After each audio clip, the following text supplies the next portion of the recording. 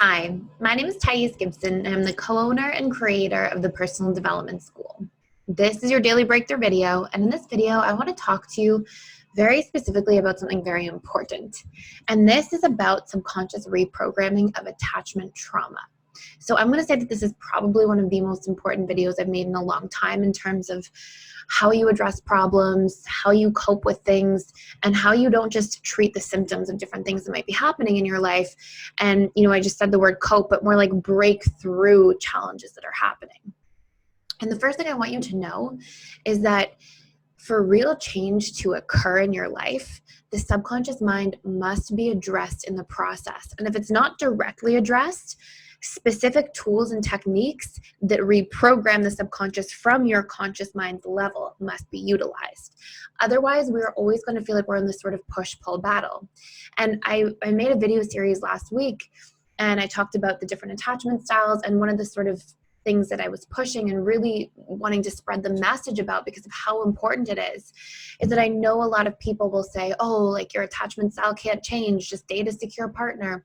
And that can work if you date a secure partner. And the reason it can work is because one principle of reprogramming the subconscious mind is using repetition plus emotion to fire and wire and basically hack neuroplasticity and create new patterns and programs. And so when somebody of an insecure attachment style starts dating somebody with a secure attachment style, that's what takes place. There are new patterns happening in the relationship.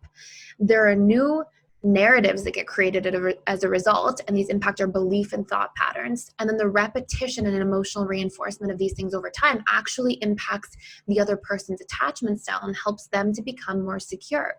So we can change our attachment style. We can absolutely change our attachment style. And in fact, it's not even that hard. But there are certain tools and core factors that we need to bring into that so that we are engaging the subconscious mind in the process. And when we're trying to reprogram attachment trauma or attachment style, or just like beliefs, habits, pain points, emotional patterns that might be creating anxiety, depression at the root level, all these different things, as long as we bring the subconscious mind on board, these things are breakthroughable, if that makes sense. You probably weren't born with a lot of the things that you don't like or you feel like are weighing on you right now or you're struggling with. You adapted those things over time. You might have had like a certain genetic predisposition or emotional imprint from being in utero that might have put you on that trajectory, but like you didn't come in with probably a whole lot of anxious beliefs as an infant or painful beliefs about yourself that hurt you in relationships or made you feel isolated or prevented you from connecting deeply to others. A lot of these things actually got imprinted on you, and you can deprint them in the same way that they sort of happened in the first place. So in this video, I'm going to share some really important tools around this, and I'm going to highlight a few core factors in here that will educate you about sort of how the subconscious mind works to a certain degree. Keep in mind this is very high level because obviously I can only put this here in one YouTube video, right? But I have a full course on this coming out this month. This is one of our literally May courses. And this course will teach you how to reprogram things at the belief level, thought level, emotional level, and behavioral level. And you'll learn about this a little bit in this video here today. And you'll learn some deep insights into the subconscious mind. We'll talk about neuroplasticity, neurogenesis, but it's not going to be this super technical, heavy course. You'll learn these tools, but they'll come with really simple, practical steps to help you reprogram and sort of learn the essence of what your subconscious mind is all about, different brainwave states, how it works, and what you can do about these things. And we're relating them in this course specifically to attachment trauma, but I will share like all these different tools for how you can apply them to other parts of your life. So right now we're doing a 25% discount for all membership people coming in, and it's for 3-month, 6-month, and 12-month memberships, as well as individual course purchases. And the coupon code is with you. It's all one word. And we're doing this right now to support our community as much as possible. I'm making a daily video pretty much every day to make sure that you guys also have something to learn and sort of hopefully uplift you or to help you make changes necessary in your life. So please leave any comments below of any other videos you want to see, any other topics you want to learn more about. And also we are offering scholarships. So right now we're basically offering unlimited scholarships. Like, reach out to my team if you can share a little bit about your situation or anything that you're going through. It's info@personaldevelopmentschool.com, and we're offering partial scholarships, full scholarships, all sorts of things, depending on any challenges that you're experiencing, so we can support everybody through there as well. So here's what I want to start off by talking about specific to this, and then I'm going to bring it into attachment styles. So when you come into the world, okay, you sort of have your mind as like a blank slate to a certain degree. And you for sure have a certain genetic predisposition toward things. You actually pick up certain emotional imprints through neurochemical reactions that are being passed on to you while you're in utero and while you're developing, and that creates a certain trajectory and a certain sort of like early set of patterns that are likely to become programs. But it's really in the first 8 years of your life that you get the vast majority of your programs. And we learn programming, we adopt our programs through 3 core things. What we see repetitively, or in other words, what's modeled to us, okay, and this even includes like body language, all sorts of different things that you're picking up on from your parents, right? Mannerisms, all these things get imprinted. What we hear repetitively, so for example, if you always hear your parents saying, there's not enough money, or I'm not good enough, or I'm going to fail, these things are likely to get passed on to you. And so what's modeled to us, what we hear repetitively, and then what our firsthand experiences actually are. So for example, if you are going to kindergarten one day and a kid bullies you on the playground or is mean, you might learn like, oh my gosh, I can't trust other kids, and you might learn to be afraid, and that experience creates an emotional imprint in your subconscious mind. So we get all these imprints, and in the first 8 years of our lives, our brain is not producing a whole lot of brain waves or a whole lot of beta brain waves. It's producing a lot of like alpha theta brain waves primarily. And so these are the brainwaves associated with actually being in a state of hypnosis. And so we are like just basically sponges downloading all this information and getting deeply imprinted in this way. And when we go through life, like if you imagine, for example, we see somebody with depression or anxiety, and we hear a lot of the Western healthcare system say, oh, it's a chemical imbalance. But if we look historically back at infants, infants aren't depressed or anxious, right? They can have certain temperaments that might make them a little more flustered more easily or things like that, but they're not experiencing depression and anxiety. And so, we're not born with a chemical imbalance. Some people can be in very specific situations, and some people can be born with different brain structures. Like, for example, a psychopath can have a smaller amygdala. Like there are these things that exist, but the vast majority of issues, challenges, problems that we see are not rooted in that. That's very, very, very rare. And so what happens over time is we get these imprints, and these imprints we sort of store as beliefs. And let's say, for example, and we give like meaning to these emotionally based situations. So if you go back to that kid who maybe got bullied on the playground, and he goes, oh my gosh, people don't like me, or I can't trust other kids, I can't trust people. And so those imprints create belief patterns. And then if we go through life and we keep adopting all of these belief patterns end up being the perceptual lens that we see our world through. And these belief patterns also produce patterns of thought. So for example, if that little kid is carrying this belief pattern that says, people don't like me, I can't trust people, then when he goes into the classroom, he might be like, oh, people are judging me, people are looking at me, I don't want to read out loud because people are going to make fun of me, I don't know what people are going to say about me or think about me. And these belief and thought patterns then create more emotional output. So think of what a person might feel when they're believing or thinking those things, right? Oh, sorry, my phone alarm is going off. So think of what people might think when will feel when they're thinking or believing these things. And then here's the really interesting part. These emotions also produce behavioral coping mechanisms that we develop in order to adapt and try to survive and cope with whatever painful imprints we have. And so we have this sort of like thing that takes place where we have beliefs creating thoughts, thoughts producing emotions, emotions producing actions. And here's the kicker. Emotions produce, like the actual, feeling of emotions, are created by neurochemical responses. So if we have constant painful belief and thought patterns, we're going to start to have neurochemical imbalances in ways that don't serve us.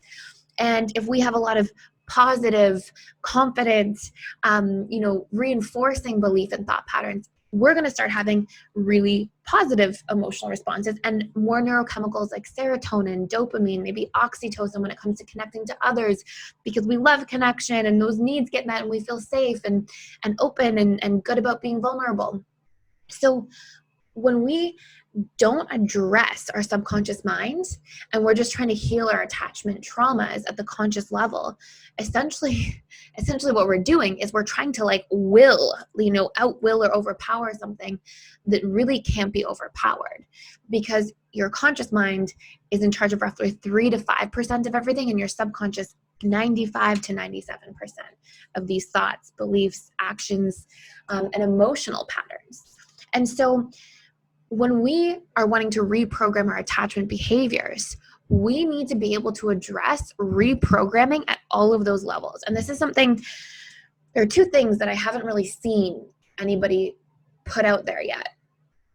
Number one, attachment theory being addressed at the subconscious level and using specific reprogramming techniques. I'm sure those things like spill into that area on purpose and maybe, or by accident, but maybe people have that out there, but I haven't come across it yet. And I just really want to push that message, engage your subconscious and you can change your attachment style. And two, I haven't seen a lot of people who talk about, changing the subconscious mind, splitting this into core parts. And this is a very important thing to be able to do. We have to reprogram our behaviors. We have to reprogram our thought processes, our belief patterns, and our emotional patterns, because we also have a subconscious comfort zone where maybe you're comfortable feeling a little bit insecure and not so confident because maybe that kept you safe and kept you sort of away from other people and you didn't expose yourself to the risk of being rejected or things like this. And so that actual emotional imprinting pattern might be running on autopilot at a subconscious level. And we want to address and reprogram all of those different components. So these patterns essentially, here's a really important part, okay? And this is the sort of the crazy stuff that I want you to realize and what I want you to sort of take away from this video is that these patterns were adaptations your subconscious made to cope. Then they created this perceptual lens that you see the world through. But these patterns themselves are actually trances. They're like minor hypnotic states that you're in. So everybody goes into trance, and research shows that most people, the average person, goes into a deep trance every 30 to 45 minutes.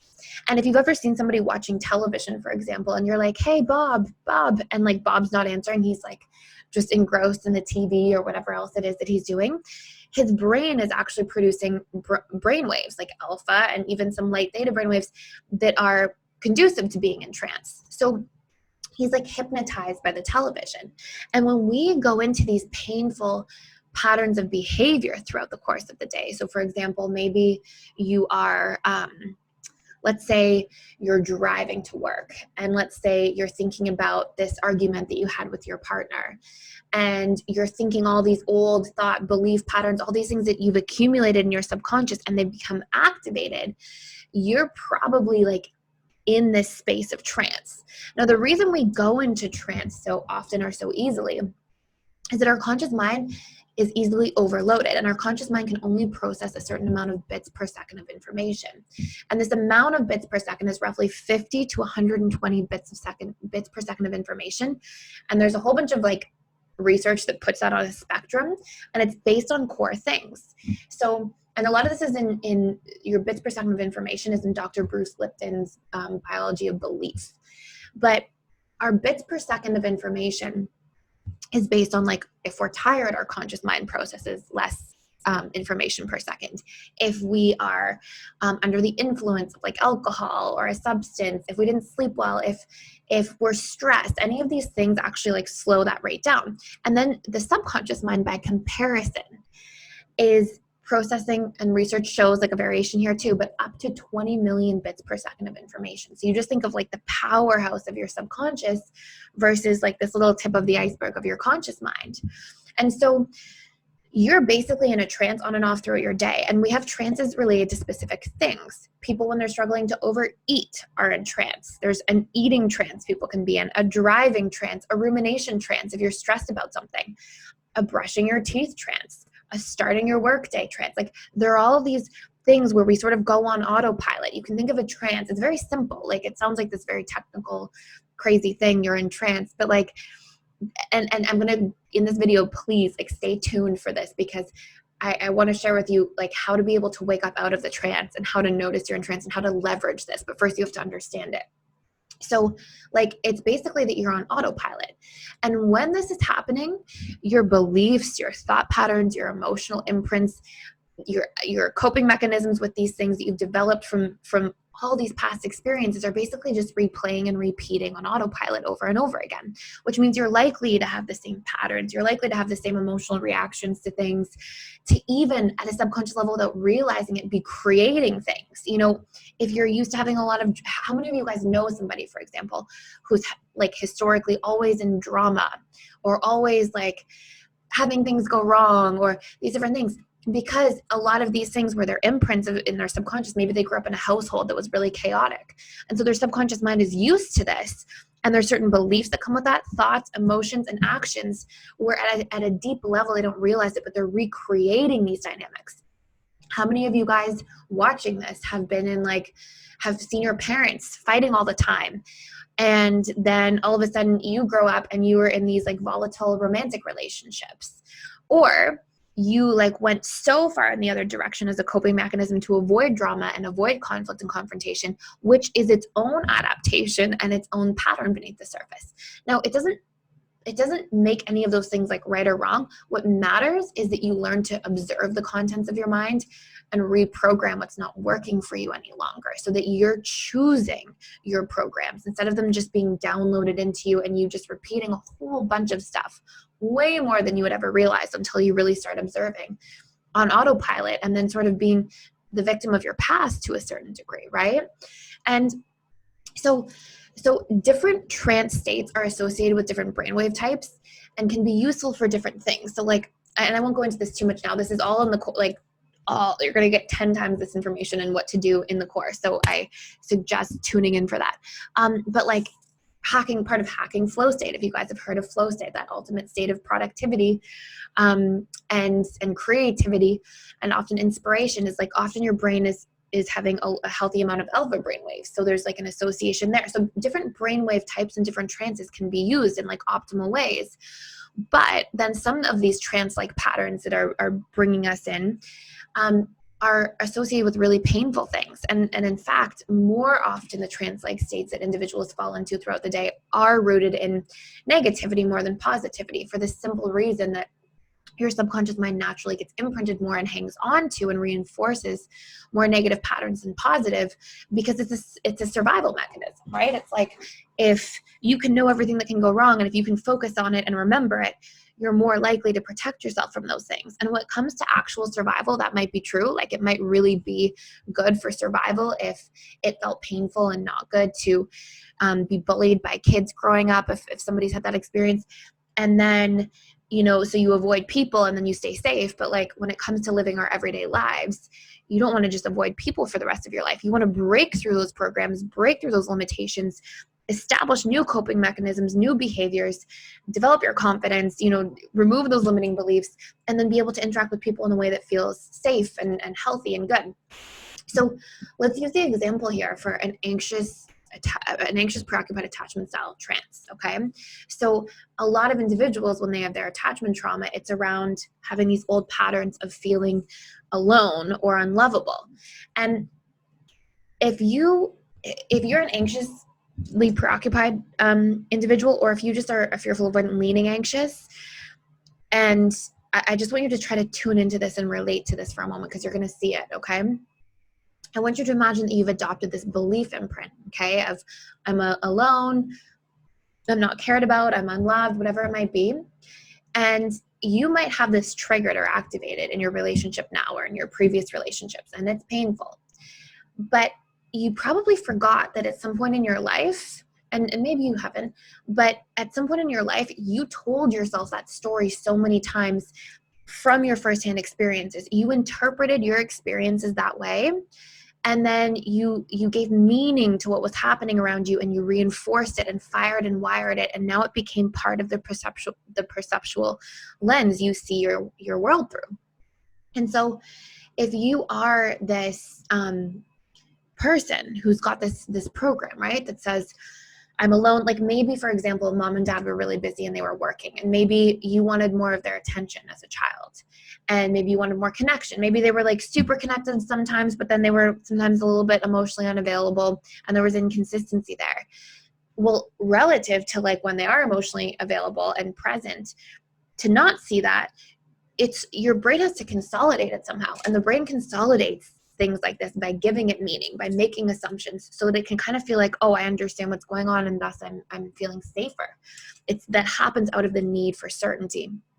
And so what's the meaning you tend to give? Oh, well, I'm not cared about, my parents aren't caring for me, whatever sort of painful assumptions you can make. And that may not be the reality. It may not be that they didn't love you or didn't care about you, but you felt that way, and so you told that story, and that story became a part of your identity.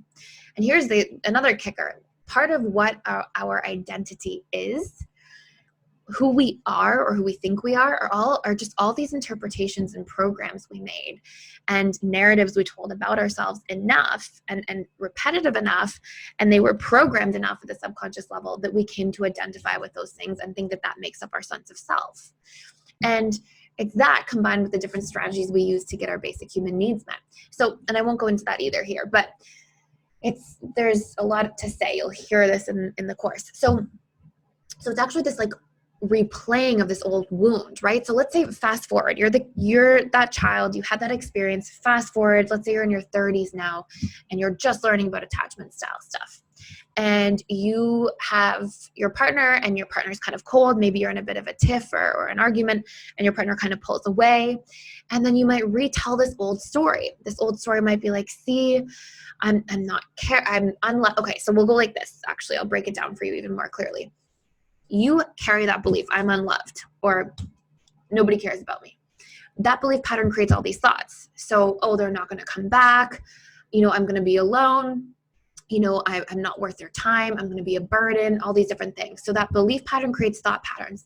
Those thought and belief patterns produce that signature emotional response, right? Being, sadness, anxiety, helplessness, despair, all these different things. That's probably not a new program. And in fact, if it was a new program or a new interpretation, it wouldn't hurt nearly as badly as if it would feel actually much more in your control. When we feel this disproportionate reaction to our circumstances, it's actually because we're experiencing the pain of a circumstance right now, combined with all of these stored emotional associations that are being activated and surfacing through emotion to the conscious mind, and we're experiencing the whole magnitude of all of it, which is much more than one person should or can handle in a way that doesn't hurt. And in fact, when these things are reactivated and you're retelling these stories and re-feeling these feelings and then retaking those actions, maybe you keep activating, you keep reaching out, you keep doing whatever you've done that historically might have been somewhat of a helpful coping mechanism at some point in time, you're also firing and wiring those patterns, and you're reinforcing them further. So it's like you're embedding them further into your own subconscious mind, okay? And here's another sort of kicker, is that when we are carrying these things, more often than not, we actually are on a trajectory at a subconscious level to recreating them. Why? Because it's a subconscious comfort zone. Your subconscious mind wants safety. And you'll see that a lot of these patterns become self-fulfilling prophecies. So for example, let's say I'm carrying this really painful core belief about not being good enough. And I'm like, oh, I'm not good enough. I'm not good enough. How do I, then I go to a job interview. I've got that core belief. I start thinking thoughts like, I'm going to fail the job interview. They're not going to want me. There's going to be better candidates, because those thoughts are shooting off from that original belief. Then I start feeling afraid, anxious, nervous, flustered, flighty. And then how do I act? Maybe I become shy. Maybe I become insecure. Maybe I overcompensate, or I withdraw, or whatever it is. These things aren't increasing my chances of getting the job. And long term, if I don't remove that painful belief and reprogram it, I'm actually like recreating a greater likelihood of actually being not good enough, because that belief is going to sabotage me. Same thing. If we're so desperately afraid of being alone or unloved, sometimes we cling too much. And sometimes that clinging or that fear-based action prevents us from like fully engaging, from being present, from respecting other people's boundaries, from seeing, hearing, understanding where somebody else is coming from not taking things personally. And it actually ends up pushing somebody away instead of creating this like healthy compromise and working through things from this logical sort of effective level. Because here's another thing. We don't solve problems or make good decisions when we're in that trance-like state. We do things that are rooted in these old, often really outdated coping mechanisms to try to desperately get our needs met in the fastest way possible, but your brain isn't concerned with getting needs met in the most effective, strategic way possible. It's like, let me just get the need met in whatever form it takes right now. And so these things end up being like self-perpetuating, and whatever we're afraid of is actually usually more likely to occur unless we're targeting the subconscious and doing the work.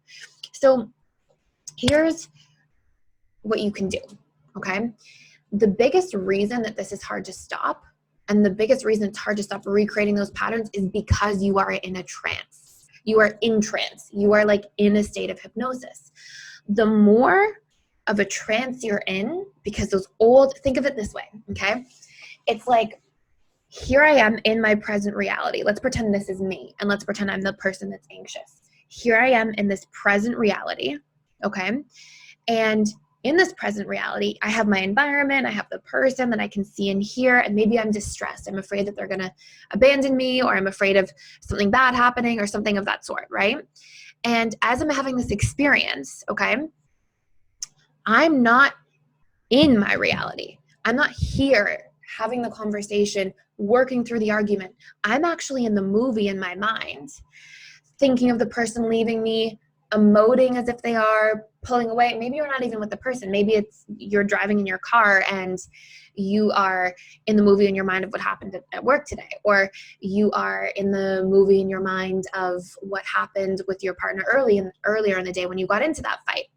And so you're not like here grounded like now. You're in this movie, you're in this hypnotic state. And when you're in that state, you are more identified with those thoughts and beliefs. You're more hypnotized into them as if they have like a magnetic pull. And the more this is taking place, the more reality you're giving to them. So let's say your partner was rude and was short and you got into a fight. And you're like, oh my gosh, they're going to leave me, all these different things.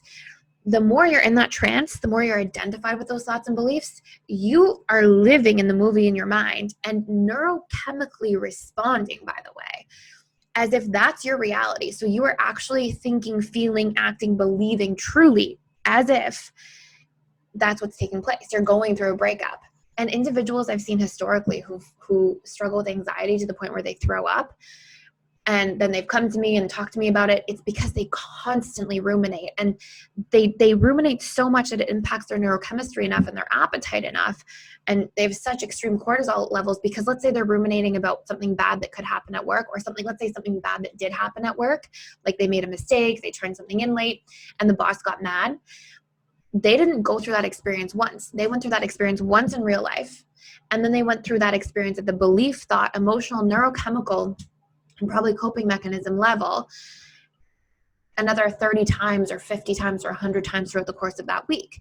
And you're re-traumatizing yourself when that happens. And your brain has a very difficult time telling the difference between what's real and what's imagined because you can be so deeply entranced. And so these things have this magnetic pull, and then we have a hard time getting out of them. They become self-perpetuating a lot of the time. And what we have to be able to do is we have to wake up out of the trance as the first step. We have to realize that our conscious mind is offline. And we have to start being like, okay, hold on. I'm identifying the pattern. I'm recognizing I'm having this experience. I'm in the pattern. And then I have to break the pattern. So I'm going to give you 5 key steps that you can take. And keep in mind, like this is still high level. I'm going to go through a tremendous amount of this in the course. I know I keep mentioning it and I don't mean to be like harping too much, but I have been on both sides of this experience myself, like literally.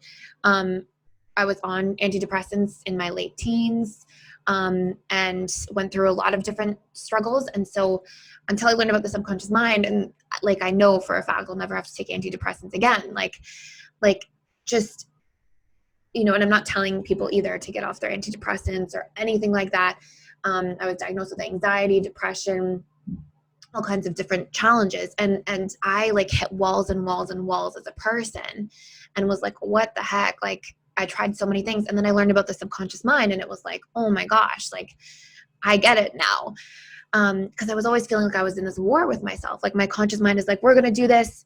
We're going to, eat healthier, go to the gym, or we're going to break through anxiety and depression. And I tried and tried, and I just hit this wall over and over. And then when I realized these things and did a huge deep dive into the subconscious, it was like, everybody in the world needs to know this.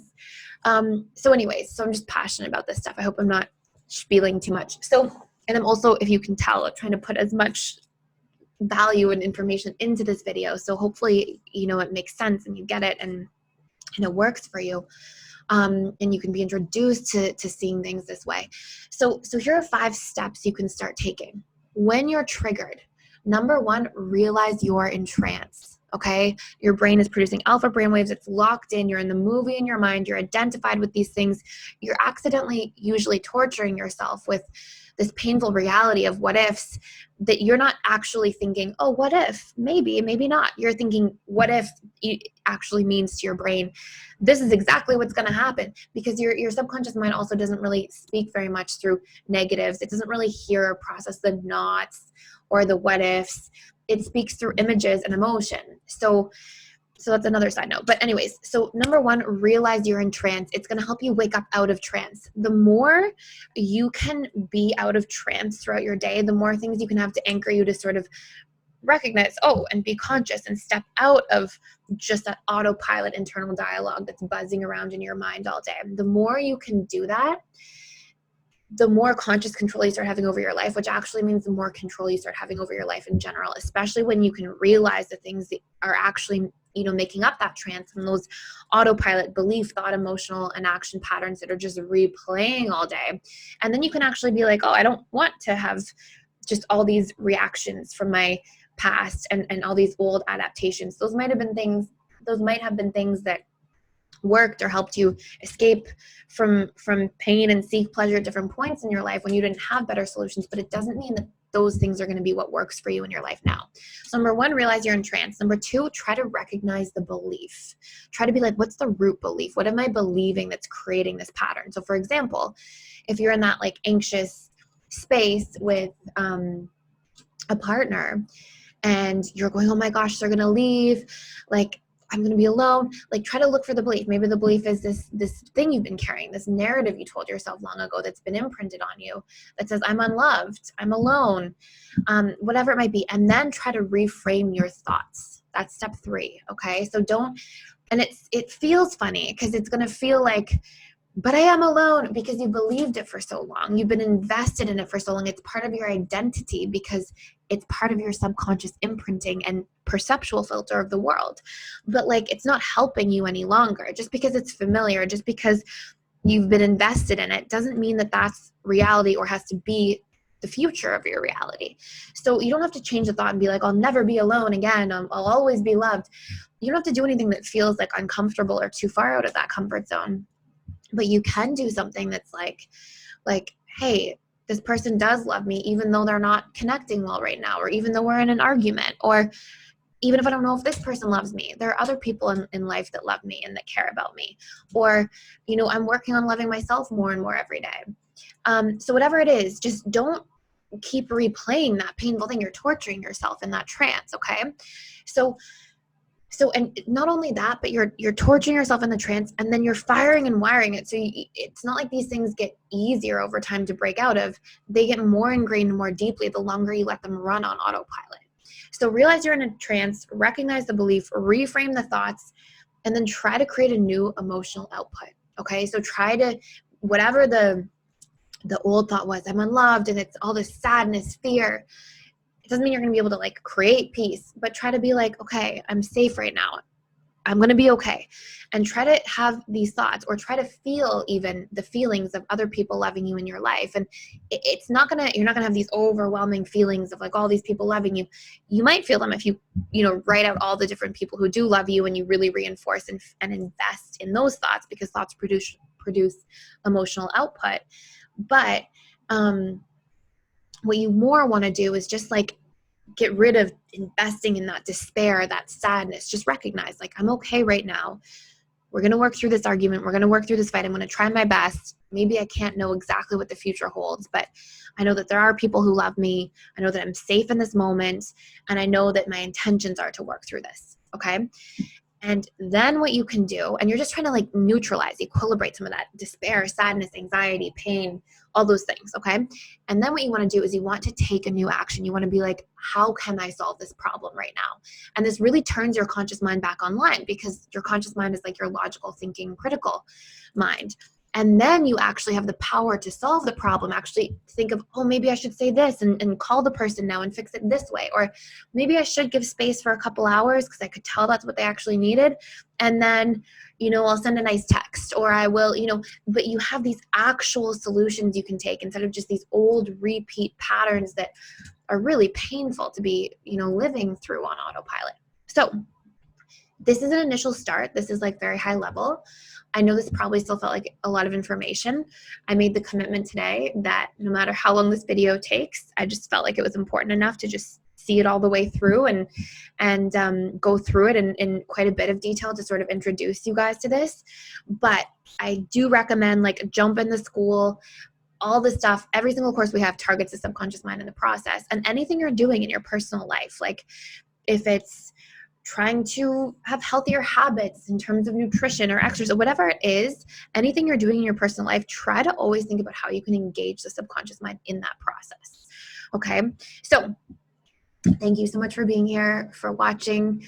Please like, share, and subscribe. Please share this video. Honestly, I wish I said this at the beginning of the video, but please share this video with anybody you think could like benefit from this. I would appreciate if more people knew about this and don't feel so powerless and helpless to so many different challenges that can plague them in their lives. So if you think anybody could benefit, just share it or tell people, learn about the subconscious, whatever you can. And thank you so much for being here and being a part of the community. And I will see you in the next video.